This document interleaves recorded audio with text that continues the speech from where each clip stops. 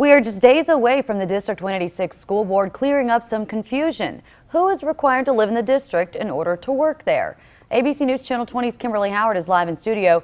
Kimberly, there's already a decades-old policy on the books, so why are there questions now?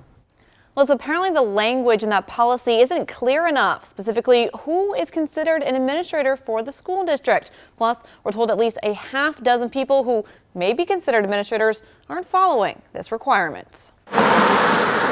Parents like walking down the street and seeing their administrator outside in the yard, or their kids going to school with each other. That means a lot. And it's District 186 policy, but one the school board says isn't clear and isn't being enforced. Basically, these administrators have to move back in the district.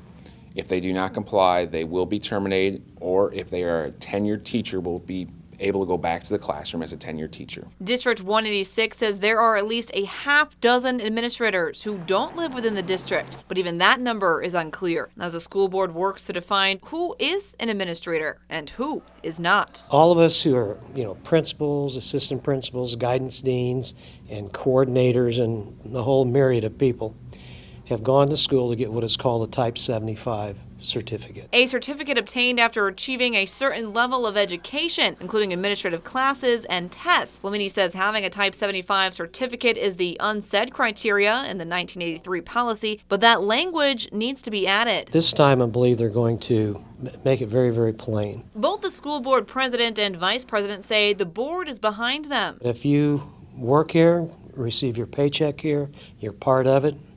It ought to be good enough for your family and for you. But some say the district has bigger fish to fry. Valid point, according to Adam Lopez. But he says We're going to have budget stuff starting up here probably in October.